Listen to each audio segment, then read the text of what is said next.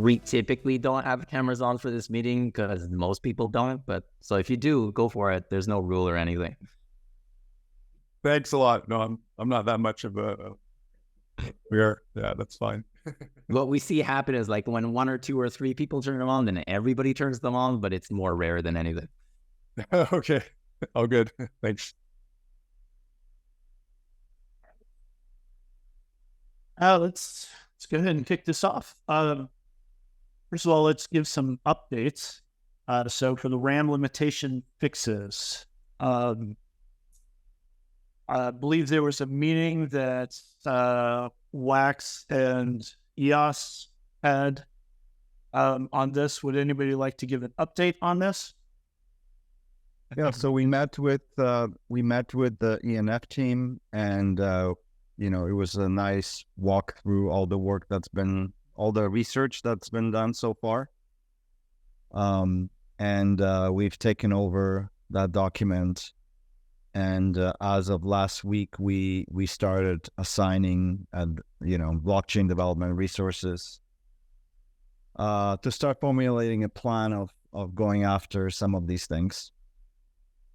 So most likely next time we meet, I'll have a better update when it comes to what we're going to be doing, and I'm planning to work very closely with this group, with our directions, so that hopefully whatever we implement as part of the fixes for Wax can be merged in and adopted by the Antelope core code base, and that's going to be our contribution towards this project. I have a question about Leap 5.0 release, the function that reduces, I forget the term, but memory consumption by 20%. Does that help in any way, or is that completely separate to the issues you're facing? I think it's going to help. But the real issue is really with account creation. So the goal that I have is I want to be able to support billion accounts, right?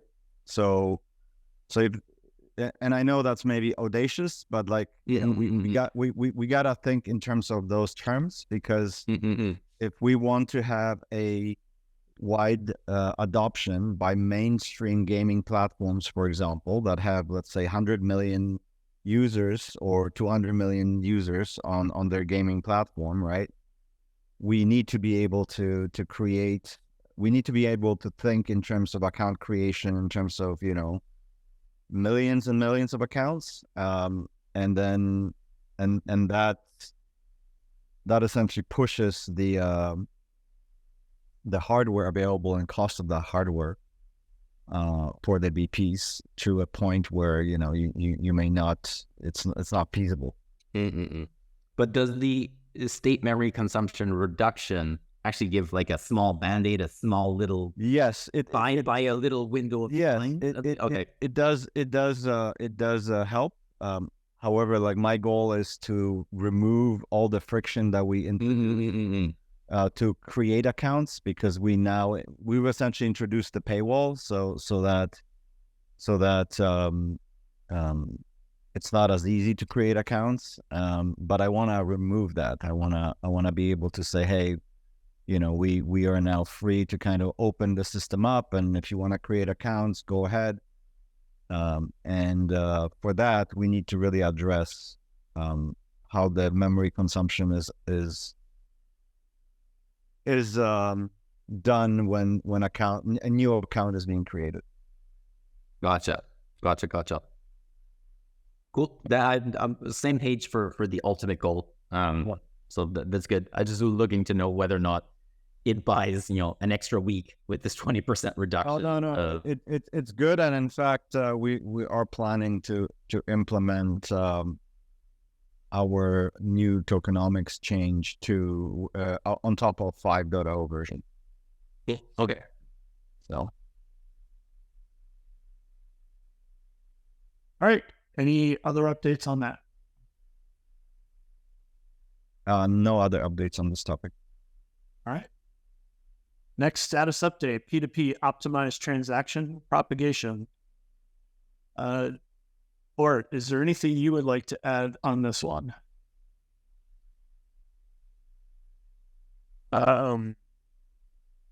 Which P2P task is this? I'm sorry. The optimized transaction propagation. I mean, the only context I can really add is that a majority of the features that we had spec for 5.0 are going to land in 5.0.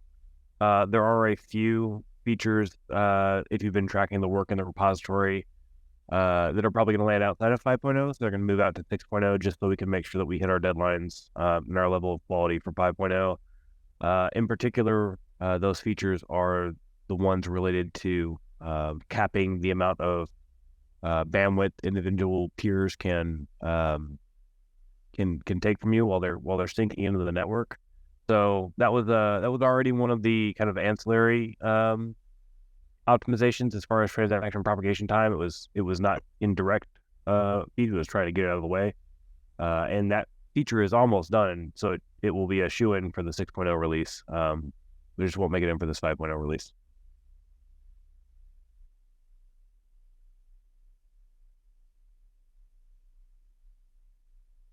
All right. Any questions for Bart? All right. P2P peer discovery.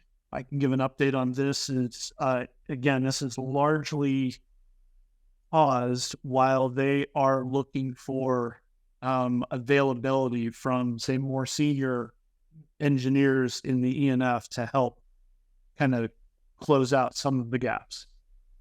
The next steps on that are largely contingent on availability, which in itself is dependent on the LEAP 5.0 release and, of course, the instant finality items that we've discussed before and might even discuss in this next item.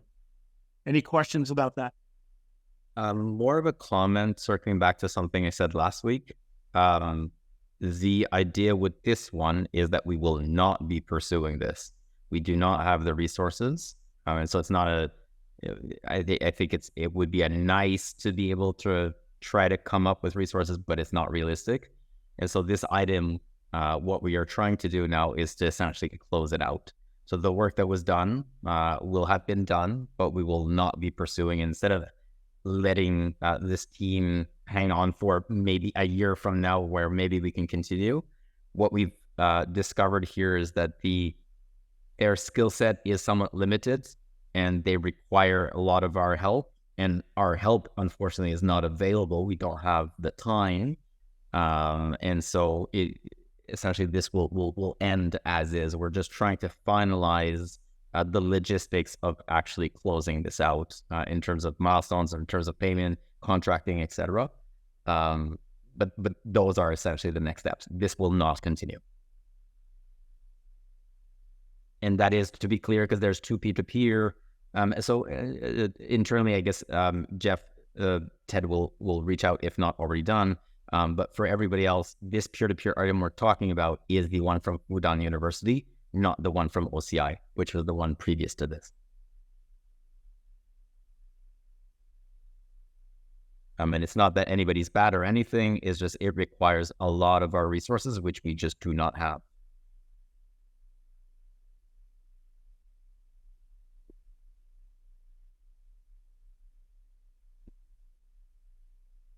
Good. Appreciate that clarification, and I will make sure to track that down as well. All right, moving on to the next item, instant finality. So on that front, we'll keep, I don't know if you wanted to give an update from the ENF side or can... I think you should start because you've been sort of giving updates throughout the last year. Yeah, no problem. So as we mentioned on the last call, now instant finality has been pushed back and it's going to be essentially part of LEAP 6.0 instead of 5.0. So we're still meeting twice a week for these calls. We're still progressing in essentially solving the last few design items that we have the task list. So that's moving along well. And essentially, as Eve pointed out, and I appreciate the comment, the work for milestone 1 and 3, which were essentially scoping out what instant finality was and coming up with the core code, that has been largely completed. The last few elements are essentially like these few outstanding design items that need to be addressed. And these are, unfortunately, these are complex questions where all the senior staff from the ENF as well as our team, we've been discussing for well over a month now. And we're trying to essentially really pinpoint the proper way to handle certain things like finalizer set transitions and other like non-trivial work such as message propagation and things of the sort. But the core of the instant finality feature is there, it's working, and as such, I would say, as Steve pointed out, a large portion of the initial work has been completed, and now for the remaining milestones that have to do with this, these have more to do with essentially completing the integration as well as providing additional support work, which include deploying this to test nets, which includes essentially integrating this into IBC so that we can have now also instant finality proofs for IBC, as well as everything that is covered by support and the SLA agreement where it comes to bug fixes and support for block producers as they upgrade and all of that stuff. So ENF already agreed to release payments for milestone 1 and 3. I would also like WAX and TELOS to consider releasing some of the other payments that are now also being pushed back significantly because of that release. Essentially, had we released this this year, it would have meant that the SLA period would have lasted until end of 2024. But now, since we're pushing this back whole year, these payments now, especially the last ones, are scheduled for 2025. That's actually really far ahead of time. And considering that we're entirely subject to price volatility of the tokens, and that they're already down by approximately 65-70% in case of WAX and TELOS, we would like to get at least partial payment for that work that we will do.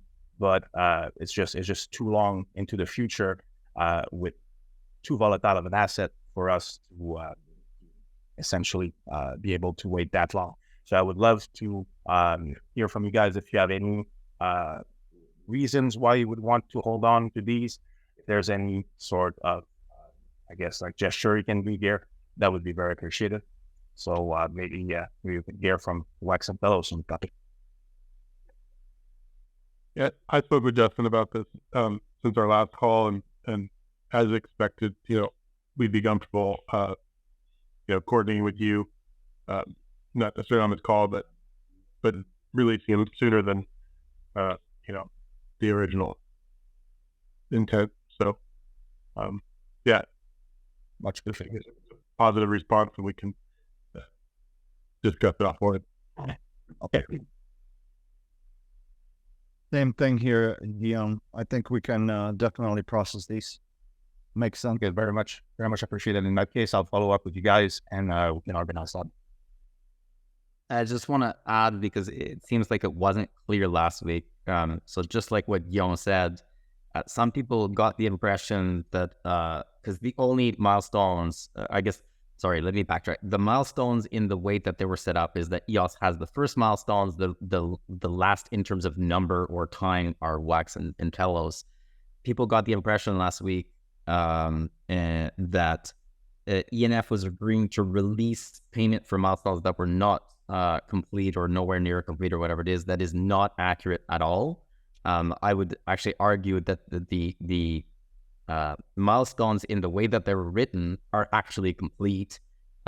Everything we found out afterwards is kind of outside of that scope. And so we are not, in our case, with milestone number 1 and number 3, we're not actually releasing funds for work that has not been complete or that is future in the same way that Guillaume just asked Wax and Telos.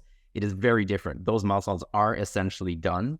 The final piece of the design, for example, cannot be complete in current state, but 99%, if you wanted to put a number on it, is actually complete. And so we are effectively releasing milestones that should have been paid even prior to now, effectively, if we're going based on what was written. After we started the integration is where then we started the redesign phase, not before. So essentially, we're actually late on paying those milestones if you go by the contract. So just, looking at more the technicalities of things, seeing as some people are confused on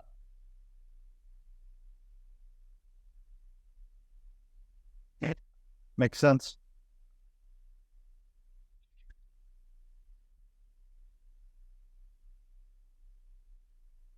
Any more comments or questions about instant finality?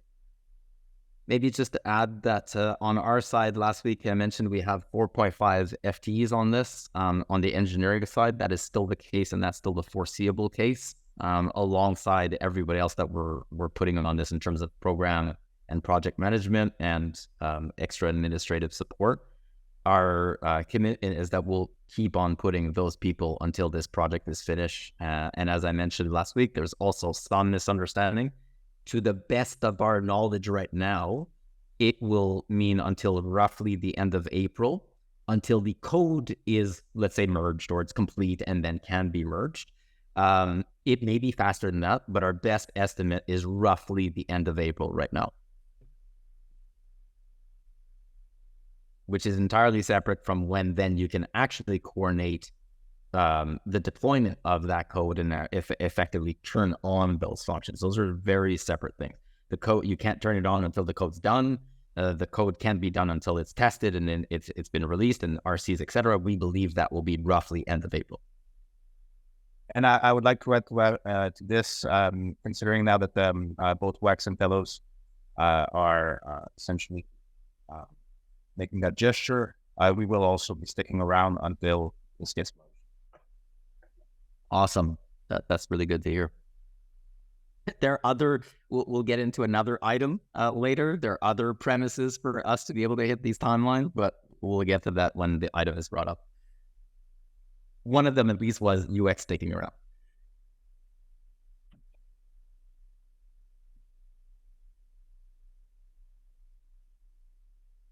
All right. Aaron, would you like to give us an update on SDK? Sure thing. We're just slightly past now what the estimated completion for the entire thing was. And at this point, we're confident that we're at 1.0 releases or beyond for almost everything. We are holding those releases right now until documentation is complete. But from like a development perspective, our team is now, we have one remaining part that needs development. It is around the atomic assets portion of this code base. We have a developer full-time on that right now, but other than that, pretty much everything else is code complete, which is awesome. We are now heavily in the documentation and education writing portions of the project. Just this week on our weekly Wharf call, we showed kind of where all of that was. In total, there's probably 60 to 70 different individual pages full of documentation on the dev build of the WharfKit website. So that's all being proofread, edited, kind of digested at this point. And we'll be releasing that soon. The remaining milestones are going to start buttoning up here pretty quick. We will have this one outstanding thing until we can check the atomic assets checkbox to say that plugin or that implementation is out there in the wild and usable. But yeah, we are kind of, we can see the finish line at this point. Everything's working good. We've had overwhelmingly positive feedback from the developer community. It's taken a while for them to get started. Obviously, if you have a legacy code base, you're using UAL or something else like that, you can't just drop whatever you're doing and, convert over to using the session kit, but everybody that's moved over now has had just really positive feedback and has made contributions and really is helping us make sure this is a worthy successor. So yeah, I mean, I think you'll start seeing more milestones closing out relatively quickly. Most of those, again, around the website, documentation and educational materials. And then as soon as that's all released, you'll see a flood of 1.0 releases for a number of packages that we're kind of artificially holding back. And we'll be kind of just looking forward to what's next.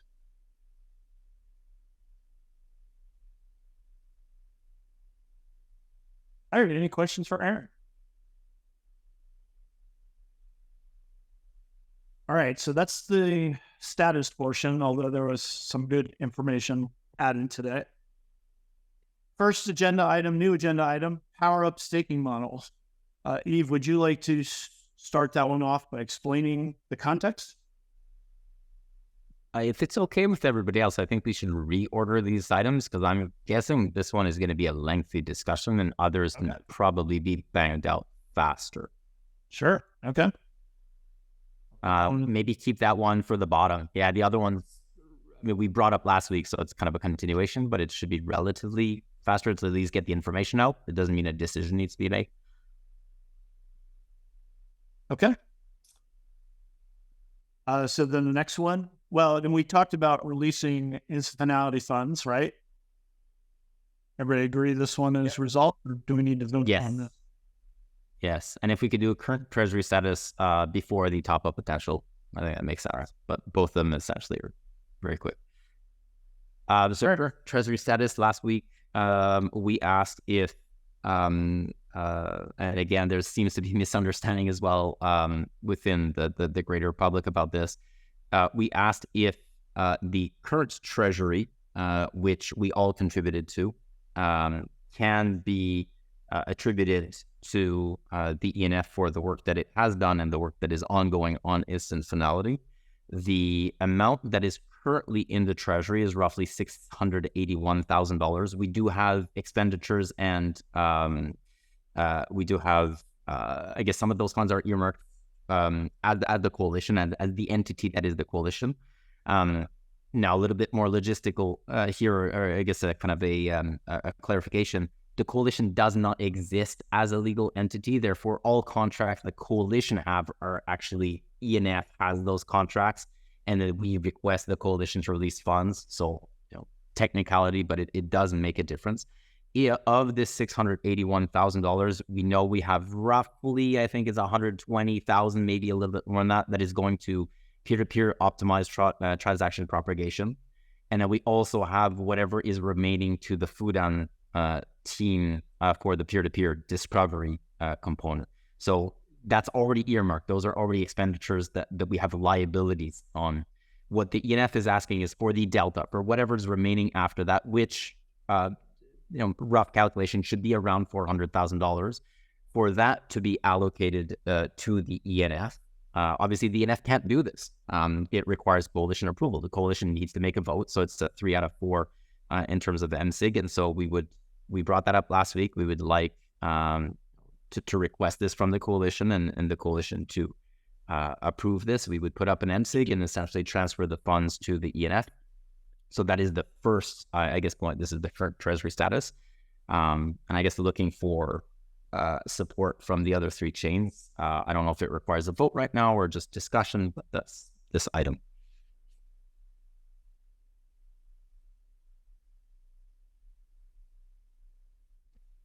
I would just ask to confirm your confidence in the 2 outstanding kind of obligations that you mentioned. I have an exact number. So for the peer-to-peer optimized propagation, if you recall, it's OCI, and we're essentially the ENF is paying OCI, and then we're charging back the coalition for one individual's cost specifically on this. The number that I have right now, because it's not a month end yet, but I believe as of end of September, it's $119,000, 200 something. And then peer-to-peer discovery from Fudan, that's what we're trying to finalize, whether or not we actually have any other payments remaining, or whether or not we've already completed everything, they're on pause, and that's it there. And so that goes back to the item I mentioned earlier. The intent here, regardless, is to stop that work, to not proceed with further milestones that have not already been begun, because we can't support them, and nobody else can support them as far as we could tell. And so there is no way for that work to continue, essentially. So we're just trying to figure out contract-wise, where do we stand? Do we still owe them a little bit or not? Okay, well, just to give, and restate what I said last week, I'm in full support of what you're asking. Just would want to make sure we've fully gotten confidence on that there's no outstanding obligations against the food and that the number with OCI. Well, this is where I that's why I was mentioning that technicality before. Technically, ENF owes Fudan and ENF owes OCI. Coalition doesn't exist. So either way, we have to close that gap because it's the contract with us. So whether or not there are other, let's say of the 681, there's about 119. We know there's going to be a September bill, an October bill as well. Regardless of what that amounts to, we have to close that loop. The coalition doesn't exist. I get that. I'm just thinking like properly, we should make, well, if you want to say that you will cover, if there are some that show up later and you just want to take the Treasury payment now, I would take you on your word for that. I just, not that you would, but technically if we did that now and then there were things that popped up later, we might be having another conversation. We can't. The coalition doesn't exist legally, so those contracts are with ENF. So even if we wanted to, it's not an option to not go that route, if you know what I mean. Okay, that's fair. But yes, I guess we're recording right now. We know that there's going to be other costs from OCI on the peer-to-peer optimized transaction propagation. We know October bill is going to come at some point. There perhaps will be also maybe some layover in November. We will obviously cover that. We have been covering that. So this 119 I mentioned earlier, we've already paid, right? So this is paying you back. I got it. Yeah. And same thing with Fudan. We've already paid milestones. I believe on this one, actually, though, we've never charged back the coalition. That is what I'm trying to figure out. So either way, it's contracts with the ENF. So it's our legal responsibility. The coalition doesn't theoretically have legal responsibilities. Yeah, I support it. You have a good point. If you wanted to bring up new invoices later, we would just point out what you just said. Yes, I mean, it's recorded, so go for it. Yeah. So I'm fine with that. That's why I'm saying, to the best of my knowledge, it's it would be essentially a contribution to the ENF in the amount of somewhere between $250,000 to maybe $350,000, maybe a little, something like that. Of what is not already appropriated or will be coming, etc. That's pretty much the amount that is remaining that is not currently committed or already a liability, approximately, give or take.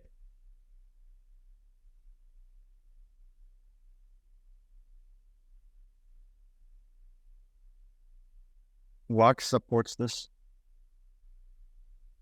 Awesome. This is very, thank you very much. Thank you. Thanks to the three of you. I saw Ted just unmuted himself. I don't know if Ted, you wanted to add something? Oh, no, I'm sorry that the card just did that itself. I did not mean to unmute.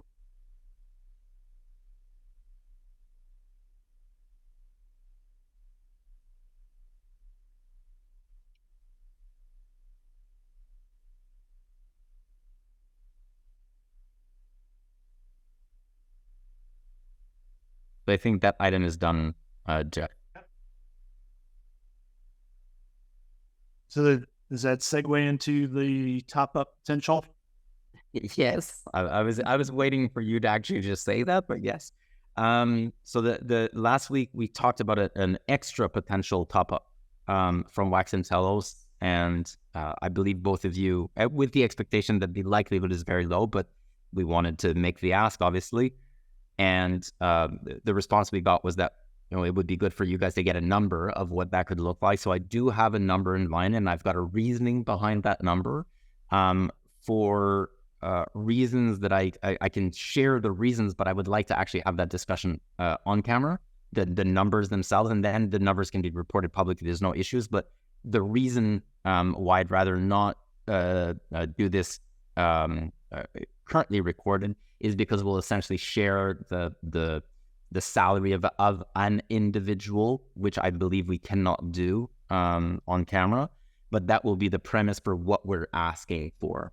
And so maybe when the remainder of the meeting is done, we can continue on camera to make the specific ask and the reasoning behind that. But it's essentially, it's that individual's salary for a period of time, essentially 4 months. And then that would be the ask. And then the idea would be for Wax and Telos to figure out, obviously, if they approve, how they will split that, between Wax and Telos, who pays what. And our request would be that come in USDT, because our expense is actually in USD.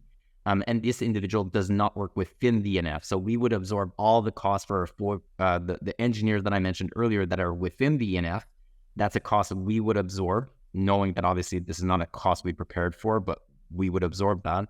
This individual does not work within the ENF. This individual works within OCI and is key to this. Without this individual, we are not meeting April. And without this individual, it is even entirely possible we will have a very difficult time to even close the project. This individual is that important. And so we can get into the details afterwards, which I prefer doing on camera, but would be our ask would be essentially for Wax and Telos to cover the cost of this individual, which is external to the ENF. And I guess I can mention the individual, but anyways, I'd rather do all of this on camera. I'll explain a little bit more.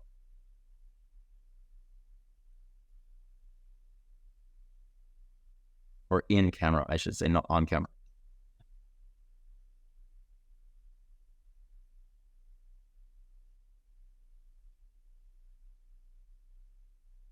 So should we just stop the recording and have the discussion? Or? We could. I don't know what people's time is like, because we do have that power up staking model. I don't know if you want to keep that for another week, or if we want to go into that and then we can finish up with the other one. I'm flexible. I have a hard stop at noon in 20 minutes. Yeah, same here. Unfortunately, I have another meeting I gotta join. Then we go get these. I'd like to have them for next week or something.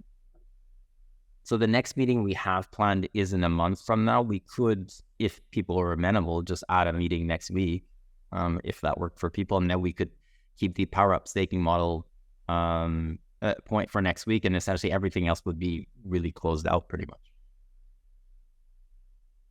Yeah, let's do that. Let's just move the discussion to next week.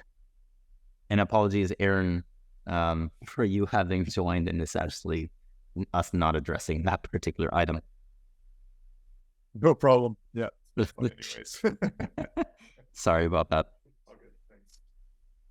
Okay, I guess then with that, Jeff, then we would end the recording here. And obviously everybody listening, I've explained why we would go in camera.